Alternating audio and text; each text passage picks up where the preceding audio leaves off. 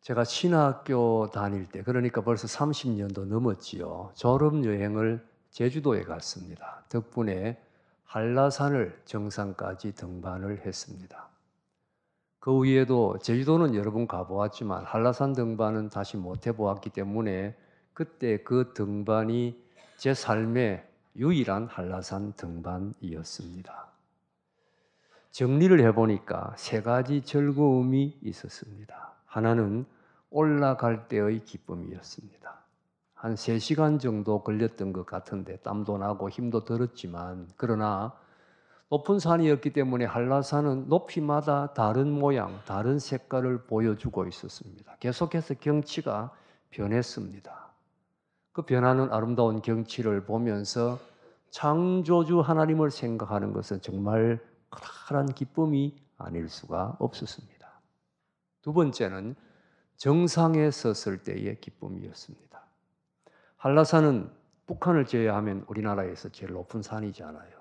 남한에서 제일 높은 산 꼭대기에 선 거지요. 불어오는 바람에 땀을 씻을 때에 가슴이 한없이 넓어지고 삶의 모든 찌꺼기들이 다 씻겨나가는 것 같았습니다. 특별히 우리는 거기에서 주 하나님 지으신 모든 세계 찬송을 합창을 했습니다. 그건 말 그대로 감격, 감동 그 자체였습니다. 또 하나의 즐거움이 있습니다. 산을 내려오기 위해서 반대편 봉우리에 섰을 때입니다. 우리는 동쪽으로 올라갔는데, 그러니까 서쪽으로 내려오기 위해서 서쪽 봉우리에 섰을 때, 지금까지 올라오면서는 전혀 볼 수 없었던 새로운 세계가 눈앞에 탁 펼쳐져 있었습니다. 그것은 끝없이 넓은 초원이었습니다. 넓은 초원이 끝없이 펼쳐져 있는데, 그 장면을 보았을 때 가슴이 설렜던 그 느낌이 지금도 생생합니다. 그 장관은 산 정상을 지나오지 아니하면 볼 수 없는 경치요. 그 기쁨은 산 정상을 지나오지 아니하면 맛볼 수 없는 기쁨이었습니다. 우리는 지금까지 시편 23편이라는 아름다운 산을 등반을 했습니다. 산을 올라오면서 하나님께서 베푸시는 여러 가지 은혜들을 보았습니다. 기뻐했습니다. 시시때때로 이모저모로 베푸시는 그 아름다운 손길을 보면서 감격했지요. 지난주는 이 산의 정상에 우리가 섰습니다. 거기에서 주님의 십자가를 보았습니다. 십자가 밑에서 펼쳐지는 넘치는 잔의 풍성함 앞에 감사하며 감격했습니다. 이제 오늘 우리 본문은 정상 너머의 새로운 세계입니다. 오늘 본문에서는 지금까지는 볼 수 없었던, 지금까지는 경험할 수 없었던 새로운 세계가 펼쳐지고 있습니다. 오늘 본문 6절을 우리 다시 함께 암송해 보겠습니다. 6절 시작. 내 평생 나를 따르리니 내가 여호와의 집에 영원히 살리로다. 여기 내가 여호와의 집에 영원히 살리로다라고 했습니다. 이것은 완전히 새로운 세계입니다. 이제는 영원한 삶, 영원히 사는 영원한 세계가 우리의 눈앞에 새로운 세계로 펼쳐지고 있는 것입니다. 그런데 이 시편 저자 다윗이 아주 지혜롭습니다. 이 새로운 세계를 보면서 새로운 세계를 기뻐하기에 앞서서 지나온 날들을 한번 회고를 해보는 것입니다. 어떻게 해서 여기까지 왔느냐, 우리가 지금까지 걸어온 발걸음이 어땠는가 하는 것을 회고를 해봅니다. 이게 삶의 지혜지요. 많은 사람들이 은혜 받으면, 복 받으면, 기쁘면 지난 날을 쉽게 잊어버립니다. 어떻게 여기까지 왔는지 정리할 줄을 모릅니다. 그래서 교만해지기 쉽습니다. 다윗은 어떻게 여기까지 왔느냐, 그것을 정리를 합니다. 정리하면 은혜를 간직할 수 있고 은혜를 더 풍성하게 계속해서 누릴 수가 있는 것이지요. 정리를 합니다. 원문은 우리말로 내 평생의 선하심과 인자하심이 반드시 나를 따르리니 내가 여호와의 집에 영원히 살리로다 한 문장으로 되어 있고, 또 앞에 내용이 따르리니 이러니까 이유처럼 되어 있는데 원문은 두 개의 다른 문장으로 되어 있습니다. 내 평생의 선하심과 인자하심이 반드시 나를 따른다 끝나고 내가 여호와의 집에 영원히 산다, 이렇게 두 개의 다른 문장으로 되어 있습니다. 내 평생의 선하심과 인자하심이 반드시 나를 따르리니, 따른다, 이것이 지나온 세 개의 총정리입니다. 지금까지 베푸신 하나님의 은혜를 총정리한 것입니다. 내가 여호와의 집에 영원히 살리라, 이것은 새로운 세계입니다. 영원한 세계입니다. 우리는 지금까지 시편 23편을 공부하면서 1절부터 5절까지 해서 하나님께서 우리에게 베푸시는 은혜를 구체적으로 살펴보았습니다. 푸른 풀밭에 눕게 하시고 실만한 물가로 인도하셨습니다. 우리의 영혼을 소생시켜서 의의 길로 인도하셨습니다. 때로는 사망의 음침한 골짜기로 다니지만 그곳에서도 지켜주시고 보호하시고 인도하셨습니다. 원수의 목전에서 베푸시는 넘치는 상의 풍성함도 맛보았습니다. 하나님은 우리에게 모든 좋은 것을 아끼지 않습니다. 이제 다윗은 지금까지 이 모든 은혜를 총정리해서 딱 두 단어로 정리했습니다. 선하심과 인자하심. 선하심과 인자하심이라는 두 단어로 지금까지 하나님이 베푸신 모든 은혜를 총정리를 한 것입니다. 선하심이 무엇입니까? 하나님이 우리를 보살피시고 돌보시는 은혜를 가리킵니다. 내 모든 형편을 다 하시고 적절하게 간섭하시고 보호하시고 인도하시는 은혜가 하나님의 선하심입니다. 하나님이 오늘도 우리에게 복을 주시고 우리와 함께 하시는 것은 하나님의 선하심의 결과지요. 인자하심이 무엇입니까? 우리의 죄를 용서하시는 하나님의 성품입니다. 우리가 죄를 지을 때 하나님이 참으시고 회개할 때마다 용서하시는 것은 하나님의 인자하심입니다. 하나님의 인자하심이 없었다면 살아남을 사람은 한 사람도 없습니다. 우리는 날마다 범죄해서 하나님의 마음을 아프게 하지만 하나님 참으시고 기다리시고 회개할 때마다 용서하시는 것은 하나님의 인자하심이 우리와 함께 하시기 때문입니다. 선하심과 인자하심. 선하심만이 아닙니다. 우리는 죄를 짓기 때문에 죄 용서를 받아야 합니다. 인자하심만이 아닙니다. 죄 용서받는 것만으로 세상 살아갈 수는 없습니다. 세상 살아가는 데 필요한 은혜가 있습니다. 그래서 인자하심으로 죄를 용서하시고 선하심으로 보살펴서 우리로 하여금 이 세상 살아갈 수 있도록 은혜를 베풀어 주십니다. 선하심과 인자하심이 내 평생의 나를 따른다 그랬는데, 이 평생이란 단어는 원문의 뜻을 나타내기에는 조금은 약합니다. 원문은 정확하게 번역하면 내가 살아있는 모든 것, 이래 있습니다. 모든 것. 그 영어가 잘 번역했는데 영어 성경은 all the days of my life, 내 생애의 모든 날들에 아주 뜻을 잘 살린 번역입니다. 그러니까 하나님의 선하심과 인자하심이 내 평생의 나를 따른다. 그래서 어떤 날은 풍성하게 은혜를 베푸시고 어떤 날은 은혜가 좀 적고 또 어떤 날은 은혜가 없어도 전체적으로 볼 때 평생의 선하심과 인자하심이 나를 따른다, 그런 뜻이 아닙니다.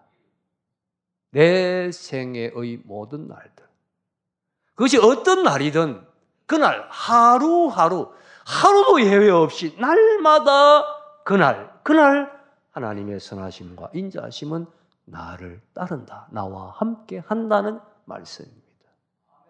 우리에게는 별의별 날들이 다 있잖아요. 기쁜 날만 있습니까?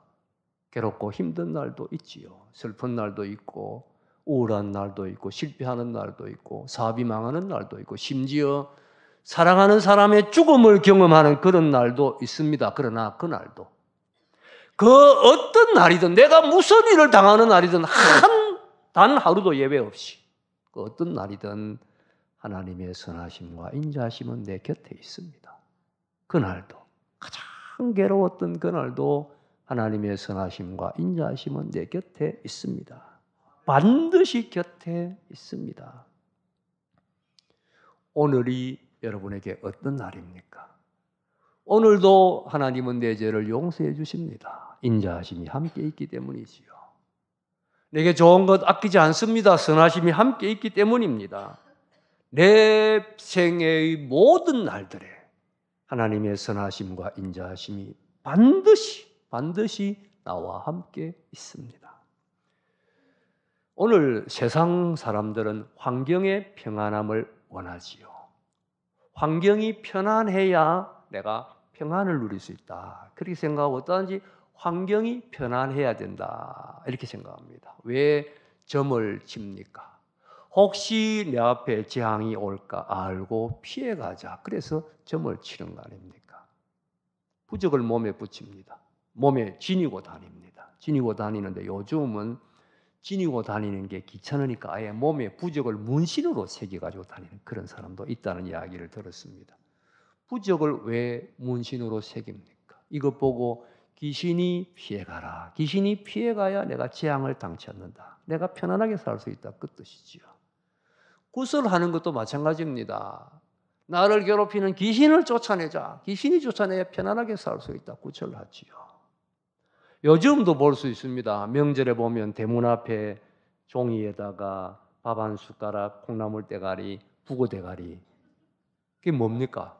귀신이 우리 집에 오다가 이것 먹고 오지 마세요. 그래서 우리 집에 재앙 가져다 주지 마세요. 그 뜻이지 않습니까? 그런데 저는 그거 볼 때마다 아직도 이해가 안 돼요. 정말 귀신이 있다고 믿고 귀신이 우리 집에 재앙을 준다고 믿는다면 내가 먹지도 않는 북어 대가리 그거 귀신을 무시하는 겁니까? 대접하는 겁니까? 말이 되지 않잖아요. 나도 안 먹는 북어 대가리를 거기 차려놓는 게. 아무튼 이 모든 것이 환경이 편안함으로 평안을 누리자는 뜻이거든요. 그러나 여러분, 이 세상에서 환경의 편안함은 없습니다. 이 세상의 환경의 편안함은 없습니다. 우리의 평안은 의미 자체가 다릅니다. 물론 우리도 편안한 게 좋지요. 그러나 우리의 평안은 모든 환경과 여건을 초월하는 평안입니다. 어떤 환경에서 누리는 평안이지요. 우리가 시편 23편 강해를 하면서 계속해서 390장 찬송을 불렀지 않습니까? 예수가 그늘이시니 하는 찬송. 2절 보면 때때로 괴로움 당하면 때때로 기쁨 누리네. 평안할 때도 그늘이고 풍파 중에서도 그늘이고 평안할 때도 그늘이네. 지금은 가사가 조금 다르게 바뀌었는데 옛날 찬송가는 풍파 중에도 그늘이고 평안할 때도 그늘이네. 그렇게 돼 있었습니다. 그러니까 세상 살면 괴로운 날도 있고 기쁜 날도 있다는 거예요.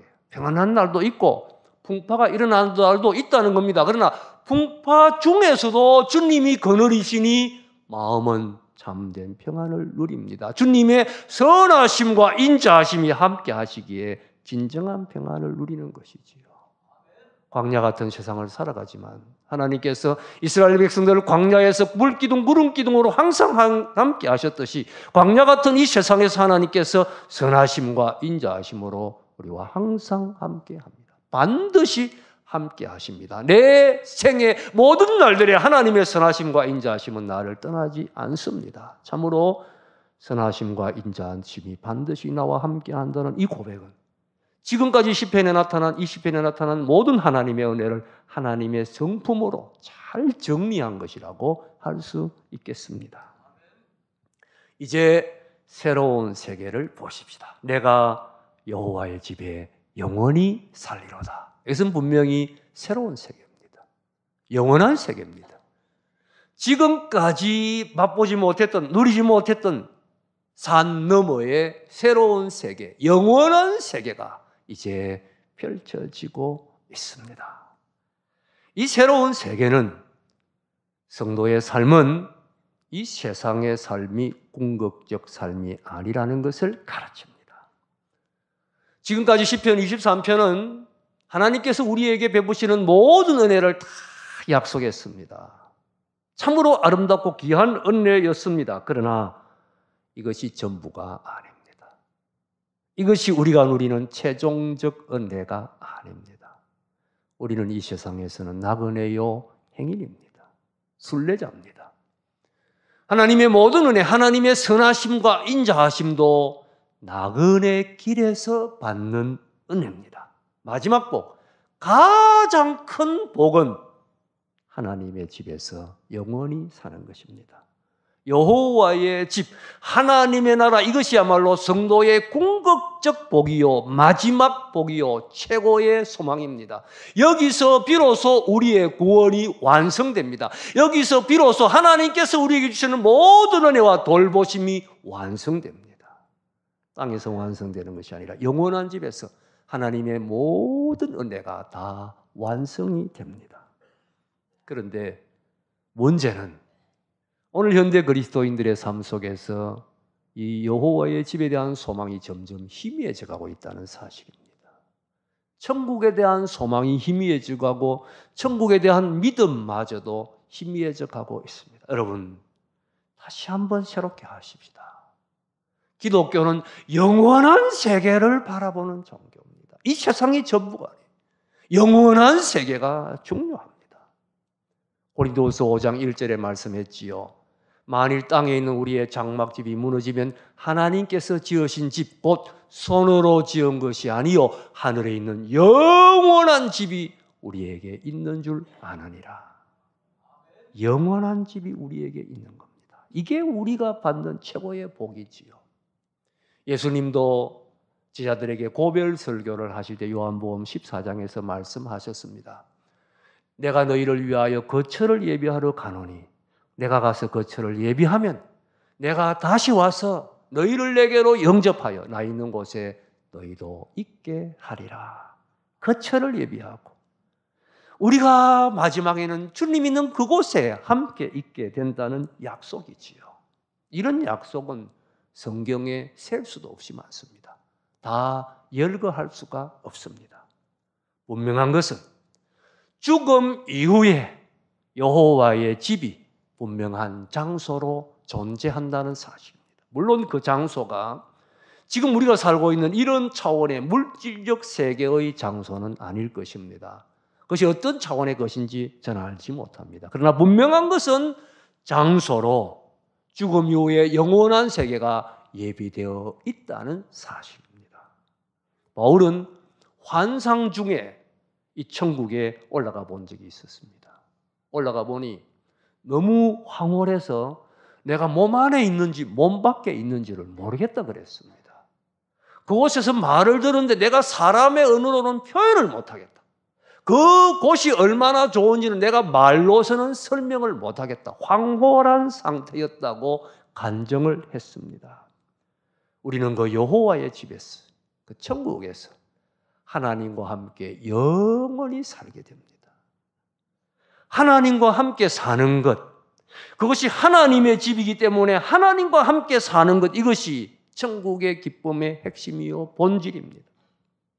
여러분, 우리가 지상에서도 하나님의 임재, 내가 하나님과 함께 있다는 것을 그림자로 체험할 때 얼마나 좋습니까? 여러분, 찬양할 때에 때로는 그 찬양을 마음껏 부를 때에 성령이 내 마음에 기름 부어주시고 만져주시는 그런 감격과 기쁨을 맛볼 때가 있었을 것입니다. 기도하시는 분들은 기도의 깊은 세계에 들어갈 때 주님이 나를 품에 꼭 안아주시고 내가 주님 품에 있는 것 같은 그런 말로 설명할 수 없는 행복을 맛본 적이 있을 것입니다. 때로는 말씀을 듣는 가운데 말할 수 없는 감격과 감동이 밀려오면서 하나님을 만나는 그런 은혜의 체험이 있을 것입니다. 여러분, 이 지상에서, 재앙 많은 세상에서 그림자로나마 하나님의 임재를 체험할 때 그렇게 좋은데 제약 다 벗어버리고 영원한 나라에서 주님과 얼굴과 얼굴을 마주할 때 얼마나 좋겠는가, 얼마나 좋겠는가. 그래서 은혜 받은 성도는 이렇게 찬송을 불렀지요. 구주를 생각만 해도 이렇게 좋거든.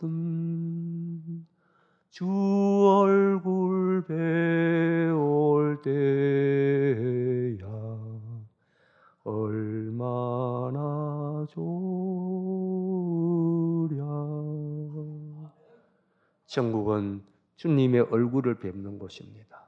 주님과 함께 거하는 곳입니다. 그래서 그곳이 여호와의 집입니다. 우리가 이 세상 순례 여정 끝나는 날 그 집에 들어갑니다. 그래서 거기서 주님과 함께 영원히 살기를 시작하게 되는 것이지요. 1980년 3월에 프랑스 파리의 브루셀이라는 병원에 한 지성인이 폐수종이라는 병으로 입원을 했습니다. 그는 지성이었지만은 물론 이 폐수종이라는 병이 굉장히 괴로운 병이라고 합니다. 그럼에도 불구하고 어떻든 그의 한 달간 입원했는데 입원의 모습은 전혀 지성인답지가 못했습니다. 죽음의 공포에 벌벌 떨었고 발악하듯이 말 그대로 절규하듯이 사람들에게 소리를 지르고 죽음이 너무 무서워서 의사에게 심지어 아내에게 자기 병이 무엇인지조차 물어보지도 못했답니다. 아내도 남편이 너무 죽음을 두려워하니까 무슨 병이라는 사실조차 알려주지 못했다고 합니다. 그는 이렇게 발버둥을 치다가 입원한 지 한 달 만에 1980년 4월 16일 이 세상을 떠났습니다. 그의 이름이 저 유명한 철학자 사르트르입니다.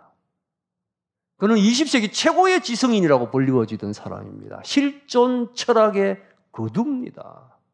죽음에서의 자유를 부르짖었고 그 자유의 주제로 수많은 철학적으로 깊이 있는 글들을 썼습니다. 그 유명한 지성인이 그 위대한 철학자가 왜 죽음 앞에 그렇게 초라했는가? 왜 그렇게 비참했는가?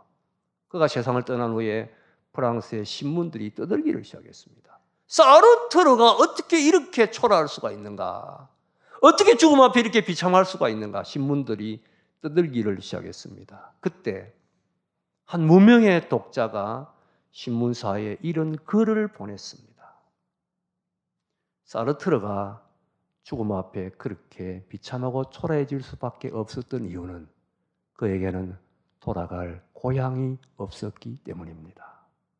여러분, 무명의 독자의 글이지만은 정곡을 찌른 말이지 않습니까? 그가 아무리 위대한 철학자라 할지라도 돌아갈 고향이 없을 때 죽음 앞에 비참해질 수밖에 없었습니다. 그럴 때 우리에게는 돌아갈 고향이 있습니다. 그러므로 우리는 죽음을 두려워하지 않습니다.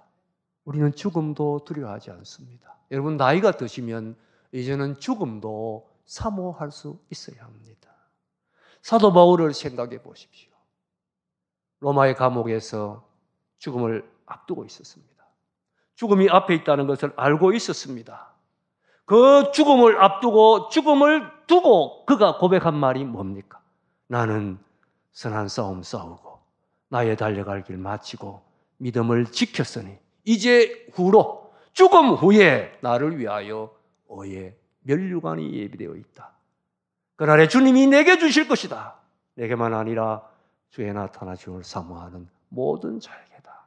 죽음을 앞두고 죽음 너머에 주님이 면류관을 들고 기다리고 계신다고 승리의 개가를 죽음 앞에서 외칠 수가 있었습니다. 이 소망이 확실했기에 전생애를 아낌없이 주님을 위하여 바쳤고 생명을 순교의 제물로 드리면서도 기뻐하며 감격할 수 있었습니다. 이것이 영원한 세계를 바라보는 성도의 삶의 모습입니다. 성도의 삶의 모습이 이러해야 합니다. 19세기의 사역을 감당했던 한 선교사의 이야기를 책에서 읽은 적이 있었습니다. 이분은 남미에서 복음을 전했는데 한평생 주님을 위하여 복음을 위하여 헌신하고 이제 나이가 많아서 은퇴를 하고 고국인 미국으로 배를 타고 돌아옵니다. 돌아오는데 마침 그 배에 남미로 휴가를 갔던 미국 대통령이 함께 배를 탔습니다. 오랜 항해를 끝내고 미국의 항구에 이 배가 도착했을 때에 대통령을 위하여 항구에는 붉은 카페트가 깔리고 수많은 사람들이 모여들고 빵빠레가 울려 퍼지고 사람들이 박수를 치고 환호하면서 휴가 마치고 돌아오는 대통령을 환영했습니다. 그런데 이 선교사는 평생을 주를 위하여 복음을 위하여 다 헌신했는데 그를 마중 나온 사람은 한 사람도 없었습니다. 너무나 허전하고 슬프고 외로웠습니다. 자기의 숙소에 돌아갔을 때 창문을 끌어 잠그고 눈물을 터뜨렸습니다. 주님이 이럴 수가 있습니까? 내가 평생을 주를 위하여 바쳤는데, 내가 고국에 돌아왔는데, 고향에 돌아왔는데 나를 영접하는 사람이 한 사람도 없습니다. 주님이 외롭습니다. 이럴 수가 있습니까? 울고 있는데 그에게 산뜻한 음성이 들려왔습니다. 주님의 음성이지요. 왜 울고 있느냐? 왜 울고 있느냐? 너는 아직 고향에 돌아온 것이 아니지 않느냐? 네가 고향에 돌아올 때 내가 친히 너를 영접하고 너를 환영해 줄 것이다. 그렇지요. 그렇습니다. 그가 고향에 돌아갈 때에 천천만만 성도들의 환호 속에 주님이 직접 환영하고 영접해 주실 것입니다. 더 이상 무슨 말이 필요합니까? 거기서 주님과 함께 영원히 살기를 시작하게 될 것입니다. 그는 다시 힘을 얻어서 마지막 남은 생애까지 선교지로 돌아가 평생을 주를 위하여 바쳤다고 합니다. 말을 맺습니다. 우리는 세상 살아갑니다. 이 세상 살아가는 동안 하나님은 얼마나 우리에게 많은 은혜를 베풀어 주시는지 모릅니다. 시시때때로 이모저모로 적절하게 은혜를 베풀어 주십니다. 그러나 우리는 이 세상에 영원히 살지 않습니다. 이 세상은 우리의 본향이 아니기 때문입니다. 우리는 나아갑니다. 힘차게 나아갑니다. 그리하면 언젠가 우리에게 다가옵니다. 이 세상 순례 여정 끝내고 아버지의 집에 들어가는 그날이 우리 앞에 옵니다. 그날 천천만만 성도들의 환영 속에 우리는 사모하는 주님 품에 안기게 될 것입니다. 한량없는 영광 중에 내 사모하는 주님 뵙게 될 것입니다. 그리고 그날부터 거기서 주님과 영원히 살기를 시작하게 될 것입니다. 이 영광스러운 소망을 붙드시고 남은 순례 여정 승리하며 살아가시 여러분 다 되시기를 주님의 이름으로 축복합니다.